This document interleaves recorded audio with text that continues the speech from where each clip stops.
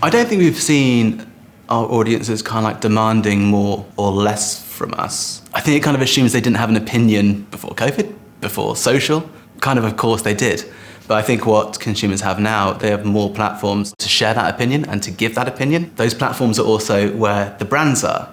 So in a way, what it's done is it's kind of leveled the playing field a little bit. Kind of previously, brands would just kind of tell you what to think. And we never really had the metrics to kind of really kind of see behind closed doors if people are actually kind of believing or thinking what the brands were necessarily telling them.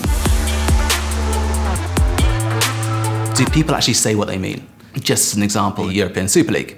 The reason why I think that was rejected was just because it goes against what the fan values in the sport. It goes against your values to be part of a club, your club's heritage, your community. And so it almost feels like it's a really just poorly executed campaign. And the clubs have had to, retract and go backwards. But I don't know if that's activism or if that's more just the clubs or brands associated just appeasing the audiences, because I think when you talk about activism, it's longer living. So the community, voices have spoken, mistakes were made, rein it back in. But what is really going to be the long-term effect on those clubs? I'm a Man United fan.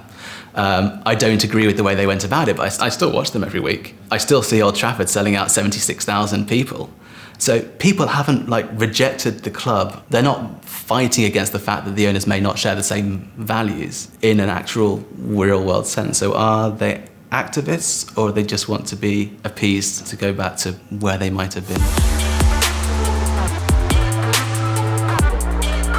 Consumers have choice. Right? We're not the only tennis brand out there. We're one of a few in a niche sport world. It just comes back to what your brand truth is. What are your brand values? Is your tone of voice consistent? We're a performance brand, but we also like to take the mickey out of ourselves a little bit. We like to take that edge off. If we're taking ourselves kind of too seriously all the time, we are just going to alienate people, because anyone can pick up a tennis racket. We're not expecting everyone to be Andy Murray or Novak Djokovic or those others. It's about finding what's right for you, and it's more important for us to communicate in a way that help our consumers find the right product for them. So how do you help them make that kind of purchasing decision? If you're not hitting that, we're not doing our jobs right as comms people, as marketing people, which kind of gets that crossover between what brand is inwardly and then what it is outwardly when you're having that conversation with consumer at whatever part of the funnel you're in.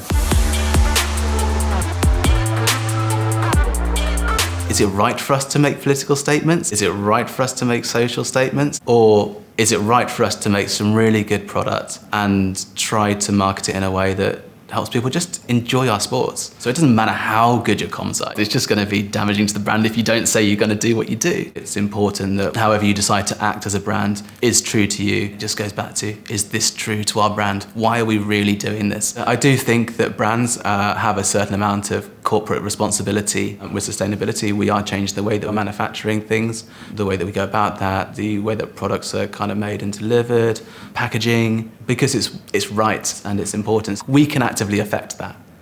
We can make ourselves better in that ways. And then we do have brand stories to tell, because it comes from a truth. If we don't have a valid reason to change something, then we probably shouldn't. But also, should brands then be using that as a marketing ploy for sales? And it's not necessarily a right or wrong, because maybe consumers need to know that in order to make a purchase. Consumers have always had the power. They're the ones that spend the money. Very few businesses can stay afloat if no one spends any money on them. But what I think we need to understand, what is it that they want? They want a softer touch? Do they want a hard sell? Do they want a conversation? Do they want more brand storytelling? Different consumers want different approaches and different tactics.